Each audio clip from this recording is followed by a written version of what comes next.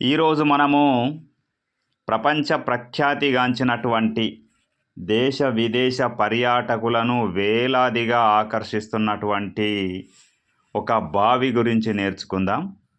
అది బావి కాదు, చూడడానికి పెద్ద కోటలాగా కనిపిస్తుంది. అది ఎంతో బ్రహ్మాండమైన నిర్మాణము.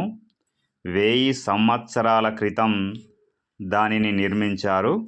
అది ఇప్పటికీ చెక్కు చెదరకుండా సజీవంగా చరిత్రకు ఒక తార్కాణంగా, చారిత్రక కట్టడాలకు ఒక ఆనవాలుగా మిగిలిపోయినటువంటి నిర్మాణము. దాని పేరే రాణి కీ వావ్. ఈ రాణి కీ వావ్ గురించి ఇప్పుడు మనం తెలుసుకుందాం. తెలుసుకునే ముందు నాదొక రిక్వెస్ట్, ఛానల్ని సబ్స్క్రైబ్ చేయండి ప్లీజ్.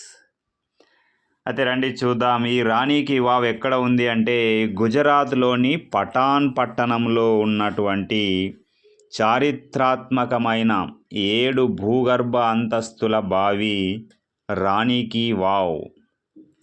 ఈ మధ్యనే ఈ బావికి యునెస్కో ప్రపంచ వారసత్వ ప్రదేశాల వరల్డ్ హెరిటేజ్ సైట్ జాబితాలో చోటు దక్కింది.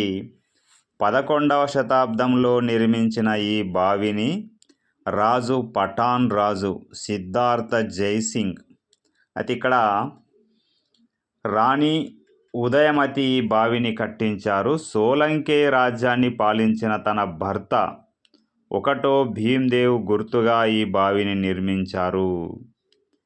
900 ఏండ్ల ఘన చరిత్ర ఉన్న ఈ బావిని అప్పట్లో సరస్వతీ నదికి చాలా ఎక్కువగా వరదలు రావడం వల్ల ఆ వరద నీటి యొక్క మట్టి యొక్క పూడిక వల్ల బావి మొత్తము పూడిక మట్టితో అప్పట్లో కూరుకుపోయింది. దీన్ని ఇప్పుడు శుద్ధి చేసి పునర్నిర్మించారు.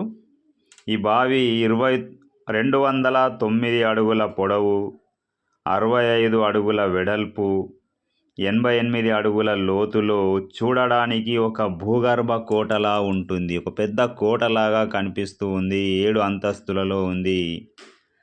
అయితే ఇక్కడ ఇది ఈ మధ్యనే ఈ రాతితో నిర్మించిన దీంట్లో ఎటు చూసినా స్తంభాలపై శిల్ప సంపద ఉట్టిపడుతుంది. రాణి కీ వావ్ నిర్మాణంలో శిల్పకళని అత్యంత ప్రాధాన్యమిచ్చారు. ఈ శిల్పాలలో విష్ణువు యొక్క దశావతారాలైన గోడలపైన మొత్తం శిల్పాలు ఉంటాయి.